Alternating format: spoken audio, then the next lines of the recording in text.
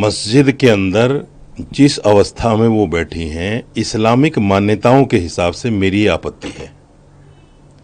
Islamic मान्यताओं में इस तरह से मस्जिद में बैठना ठीक नहीं है। और उसका सबसे बड़ा उदाहरण इकरा हसन है, जो उनके बगल में बैठी हुई हैं। उनको उससे सीख ले लेनी चाहिए थी कि ये मुसलमान हैं, जिस तरह से ये बैठी है मैं भी कम से कम इस हालत में बैठ जाऊं, इस तरह से बैठ जाऊं। आप अकेले मौलाना हैं, वहाँ भी तो एक मौलाना है जो अब सांसद भी हैं। वो मौलाना थोड़े रह गया, वो तो सांसद हो गया। आप ही ने तो कहा सांसद हो गया वो। दूसरे ये है कि वो तो अनऑथराइज बैठा हुआ है। तीसरे ये है कि वो समाजवादी का सांसद है।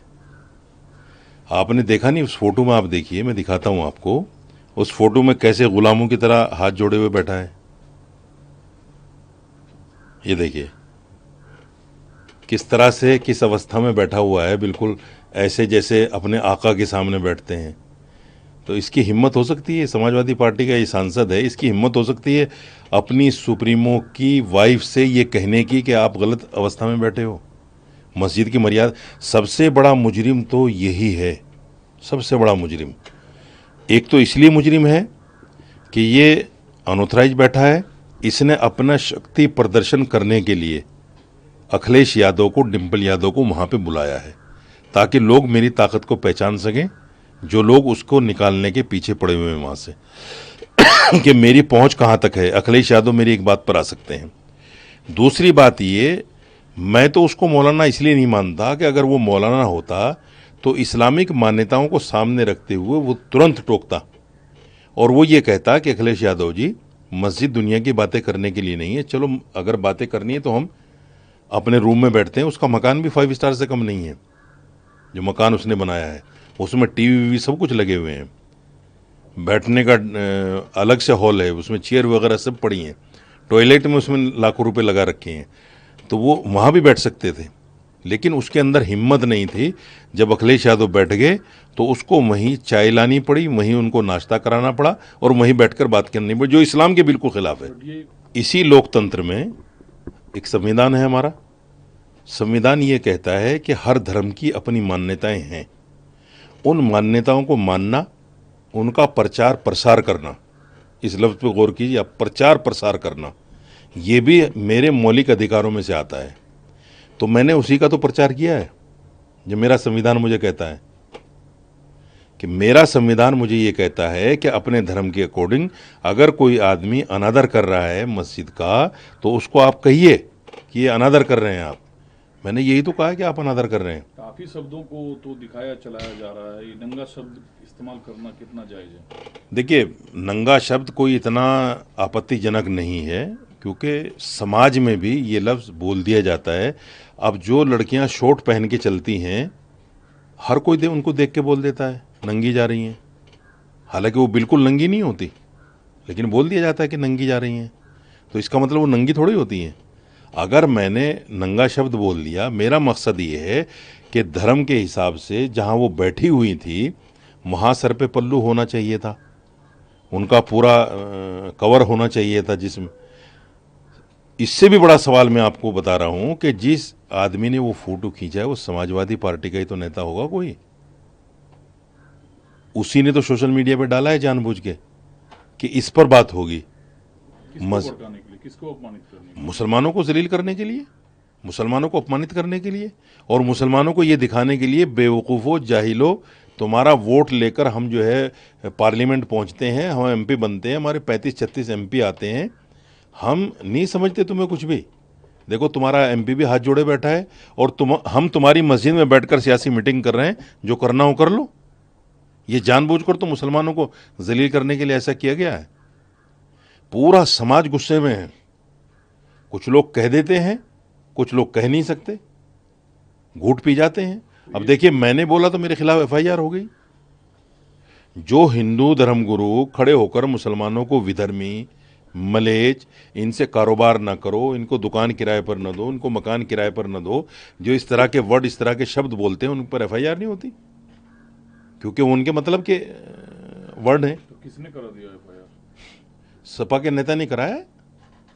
अब उनसे आप पूछिए कि परसों से जो लोग मुझे माँ बहन की गालियां दे रहे हैं, मेरी बच्ची तक का बलात्कार करने की बात कर रहे हैं, मुझे जान से मारने की लोकेशन मुझसे मांग रहे हैं कि लोकेशन दे दो, तुझे वहीं आके मारेंगे, तो क्या ये मर्यादित है? कि अखिलेश यादव थोड़ी करवा रहा है। अखिलेश यादव करवा रहे हैं। अगर समाजवादी पार्टी का कोई कार्यकर्ता फोन कर रहा है तो वो अखिलेश यादव ही कर रहा है। क्या फोन कॉल्स आ रहे हैं? यही आ रहे हैं, माँ बहन की गालियां, बच्ची के साथ गलत काम करने की धमकी, मुझसे लोकेशन मांग रहे हैं कि तुम्हें मार देंगे जान से। तो पूरे देश के मौलानाओं की ठेकेदारी सिर्फ आपके पास है? नहीं, इस्लाम की ठेकेदारी मेरे पास है। पूरे देश के मौलानाओं को तो नहीं मैं जानता कि उनके अंदर मर्यादा बची है कि नहीं बची है। जैसे मुहिबुल्ला नदवी के अंदर मर्यादा नहीं है, वो सांसद क्या बन गया, गुलाम बन गया पार्टी का, उस इस्लाम की मान्यताओं को भूल गया, तो मैं तो भाई मान्यताओं को याद दिलाऊंगा उनको। नहीं, ये बात ठीक है कि मस्जिद जो है मुसलमानों के लिए सांस है, जीवन है, इस्लामिक उच्च परंपरा का हिस्सा है। यस। लेकिन इतना भी कुछ आपत्तिजनक नहीं हुआ था जितने आप भड़के हुए हैं। अब एनडीए के सांसद प्रोटेस्ट किए पार्लियामेंट परिसर के अंदर, तो आपने भारतीय महिला का अपमान किया। इतना भी मेरा आपत्तिजनक नहीं था कि लोग भड़के हुए हैं पूरे देश में और एफआईआर तक हो रही हैं, इतना भी आपत्तिजनक नहीं है। मुझसे ज़्यादा तो आपत्तिजनक वो था जब हाईवे पर एक नेता ने औरत के साथ दुष्कर्म किया। कितनी महिलाओं ने प्रोटेस्ट किया पार्लियामेंट में? एक महिला ने अगर किया हो तो बता दो। यानी महिला के साथ सरेआम रेप हो जाना उनके नज़दीक बड़ी घटना नहीं है, एक महिला को आईना दिखा देना उनके नज़दीक बड़ी घटना है। तो ये बात इस बात को दर्शाती है कि राजनीति हो रही है, मेरा नाम लेके हो रही है, मुझे फंसाने के लिए हो रही है। मैं चूँकि मुसलमान हूँ, मुसलमानों को नीचा दिखाने के लिए हो रही है और ये बताने के लिए हो रही है कि मुसलमानों की कोई हैसियत इस देश में नहीं है। तो मुसलमान आप हैं तो बात भी तो आप मस्जिद की कर रहे हैं, कोई मंदिर की तो कर नहीं रहे हैं। यकीनन करूँगा, चूँकि मैं इस्लामिक धर्मगुरु हूँ, इस्लामिक स्कॉलर हूँ, तो मैं बात मस्जिद की तो करूँगा। फिर मुसलमान क्यों डराएगा आपको? मुसलमान नहीं डरा रहा है मुझे, वो लोग डरा रहे हैं जो गालियाँ दे रहे हैं, वो लोग डरा रहे हैं जो पार्लियामेंट में मेरे खिलाफ प्रदर्शन कर रहे हैं। आप जब कह रहे हैं कि इस पे राजनीति हो रहा है, आपने एक सामान्य महिला के तौर पर डिंपल यादव को लेके बात कही, या उसमें आपने हिंदू मुस्लिम दृष्टिकोण ढूंढा, या अब उसमें हिंदू मुस्लिम दृष्टिकोण ढूंढा जा रहा है? मैंने हिंदू मुस्लिम कहा ही नहीं।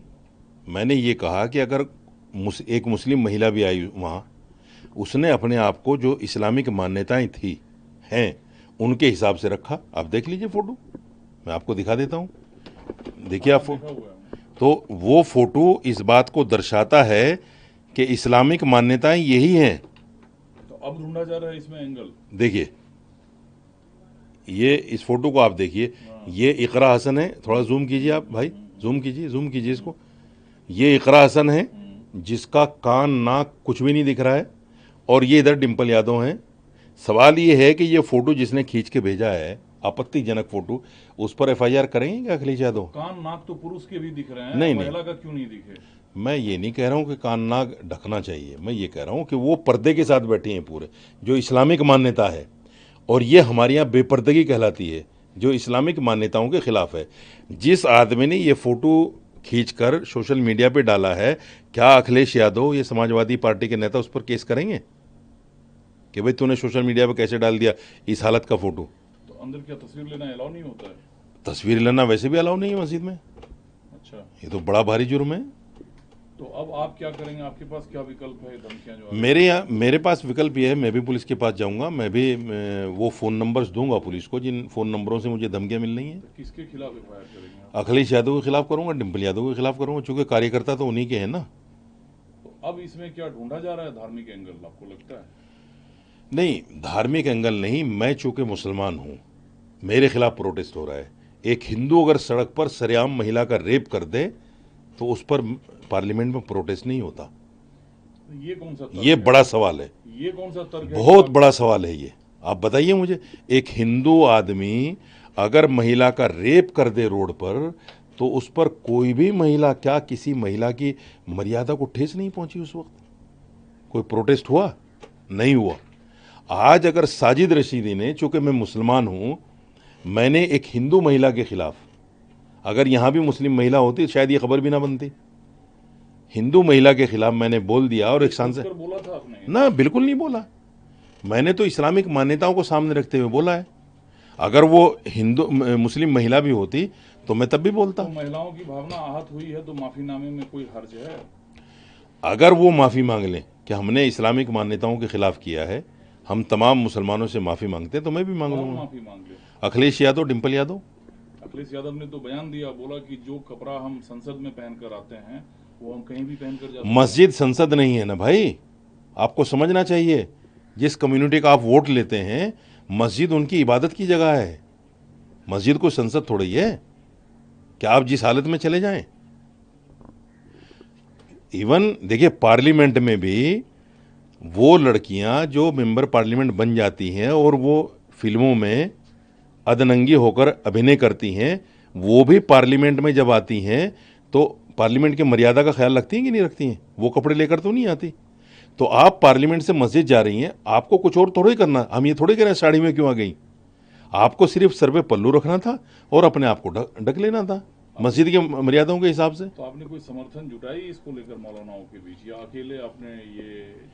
इस्लामिक मान्यताओं को रखने के लिए, उन पर बोलने के लिए मुझे समर्थन की जरूरत भी नहीं है।